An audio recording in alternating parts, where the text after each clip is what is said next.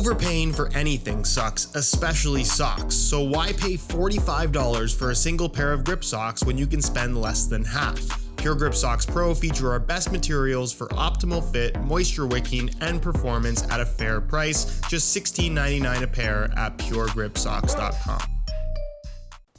As I've talked about on this channel many times before, when it comes to takedown model, budget-friendly football boots, I never expect them to be as good as the top-end variations, but I do expect them to offer good value for money and perhaps most importantly, have some trickle-down features or characteristics that relate them to the top-end model. Inside this box, I have the first takedown in the new Phantom GX line, and unfortunately, it really misses the mark on what makes the Phantom GX special. Ladies and gentlemen, I present to you the Nike Phantom GX Pro. This, of course, being the low-cut option. There is also a mid-cut variation available, which I think with that mesh lace cover just looks incredibly cheap. Nonetheless, this is the first takedown model in the lineup, retailing for $150, full $100 less than the low-cut Elite model that sits above it. But I think most importantly, the GripKnit feature of that Elite model, which is really the main highlight of the Phantom GX,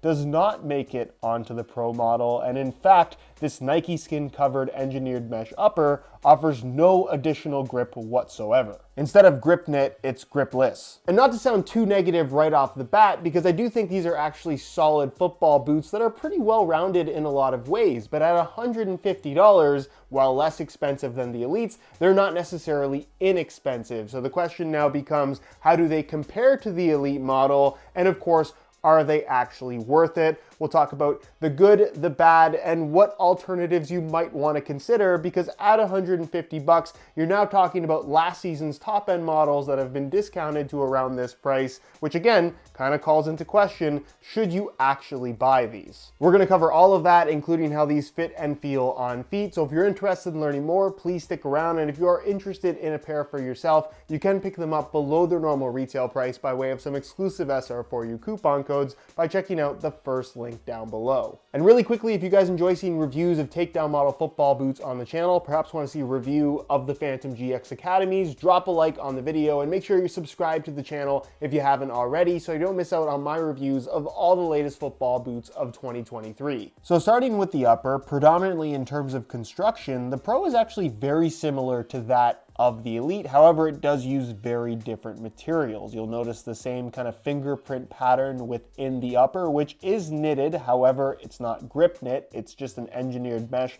with a Nike skin top layer. And you'll also notice across the top of the foot, it does feature a one-piece enclosure. However, that's not made from Flyknit. It's made from this kind of elasticated material that admittedly does look a lot cheaper. However, the lacing system still works the same way, and it even has that kind of shroud, almost mini lace cover towards the bottom, covering up the last two lacing positions, where I think this really falls flat on its face when compared to the top-end model. It's the lack of grip that you get on the surface of the upper. This is completely smooth Nike skin, as we've come to expect with pretty much any knit or mesh-based material from Nike, where all of that extra grip that makes the Elite model so special simply isn't there on the Pro. If anything, this has a slick finish on the upper rather than a grippy one. And I want to be really clear in saying that I do think this mesh-based upper actually feels really nice. It's great against your foot. It's got the perfect amount of padding, a little bit more padded than what you're going to find from the Elite model. And in general, it feels really nice on the ball and offers really good feel. If you're looking for that sock-like sensation, you're definitely getting it there. And again, in a way that is similar to that of the top-end Elite model. However, the surface texture is not grippy at all. So if you really like the idea of the Phantom GX, that's the main draw that kind of brought you to this line, but you don't have the budget for the Elite model, just know that the Pros provide none of the same grip that the Elites do. Another difference that I would say is pretty immediately noticeable between the Pros and the Elites is that the upper on the Pros does seem to be a little bit more structured, and that's, I think, due to the fact that this upper is a little bit thicker. The lining material is pretty much just straight nylon, which does inevitably just have more structure to it, and the materials used simply aren't as soft for this one-piece enclosure, which again, I think you could argue that at $150, something a little bit more premium was definitely possible from Nike, but in terms of its functionality, it's hard for me to complain about the way that these boots fit and feel because everything is pretty good and more or less what you'd expect from a top-end model. Moving to the rear, you're going to find a low-cut design on the low-cut model with an internal plastic heel counter. The heel liner, again, I think is a little bit on the cheap side compared to what we've seen from Nike at this particular price point. If I look at the construction of this football boot versus the Nike Mercurial Vapor 15 Pro, which now retails for the same $150,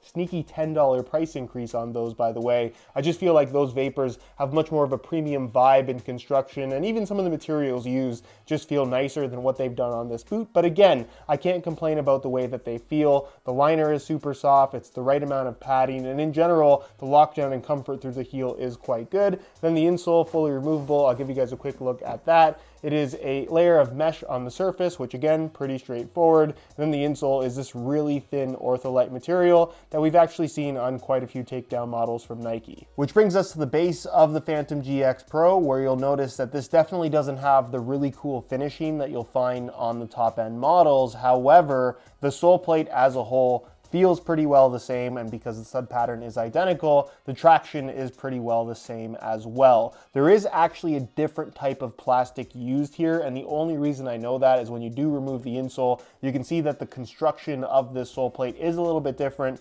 than that of the Elite model. However, from a thickness and kind of flexibility standpoint, it feels almost identical on feet. You'd be hard pressed to tell a difference. So in terms of performance, this is basically a top end sole plate on a takedown model, which is always nice to see. No complaints from me there. And as far as this new FG stud pattern is concerned for the Phantom GX, I quite like it. It's definitely more on the aggressive side, trending towards what the Mercurial series now has on offer, but with some conical studs thrown into the mix. In general, plenty of bite, but still kind of has that freedom to twist and pivot with these conical studs on the medial side of the forefoot. If you're looking for a very well-rounded stud pattern in an FG format, there's really not much not to like about this Phantom GX layout. Which brings us to the weight. How much lighter, if at all, is the Elite model compared to the Pro? Both in the same size, 9.5 US. We'll start off with the Elite model, and you can see that they weigh in at 7.3 ounces, the equivalent of 206 grams. Change the scale back to ounces, and we'll throw on the Pros, and you can see that they weigh in at 8.05 ounces, the equivalent of 228 grams. So you're talking about a weight difference of just over 20 grams, which is definitely noticeable, more so in hand rather than on feet.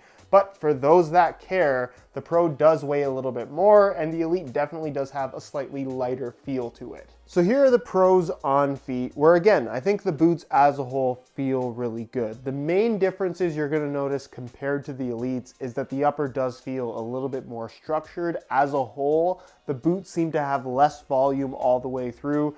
Again, I think based on the upper just not having that little bit of stretch that the GripKnit material on the Elite model has. The fit through the heel is also a smidge shallower, but not worryingly so. The lockdown and general comfort is still really good. And again, with the laces tied tight, the boots fit really well. I think it's a similar shape to what we had on the Phantom GT, which is basically the line that the Phantom GX replaces. However, the lacing system now just running deeper and being slightly more centralized just makes for a much better wrap around your foot. For a one-piece upper construction, certainly a takedown model, I think they absolutely nailed the fit. From a width perspective, these are definitely on the snug side, but still with decent width through the midfoot in particular. They definitely taper a little bit through the forefoot and toe box area. So if you do have a wider foot in the toes, these might not be for you, but in general, as long as you like a snug fitting football boot, I think width-wise, they'll work for most people. And as far as sizing is concerned, I'm wearing these in my usual size 9.5 US,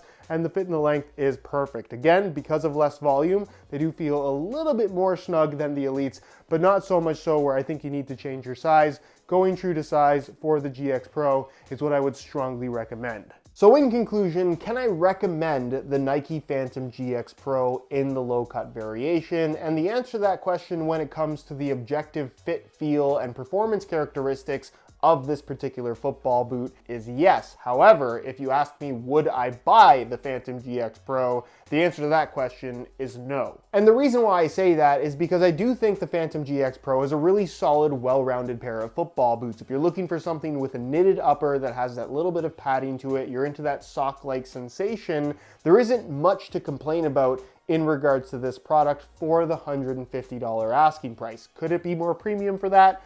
Definitely. But for me, what really bothers me about this product is that the Phantom GX and that GripKnit upper is what draws you to the line. And the fact that there is no grip element at all on the Pro model, which is still quite expensive, I think is a little bit silly on Nike's part. And again, at $150, it's less expensive than the Elites, but it's still pretty pricey for a pair of football boots. And honestly, if I'm looking at a football boot with a knitted upper for around $150, the New Balance Furon V7 Pro, they retail for $215. They're not the most popular. You can easily find them on sale pretty regularly, and you're going to be able to pick those up for around $150. And if we're comparing these to those, the difference is quite significant. The New Balance is just a much better football boot. Am I being too harsh? Maybe, but for $150, I just expected a little more.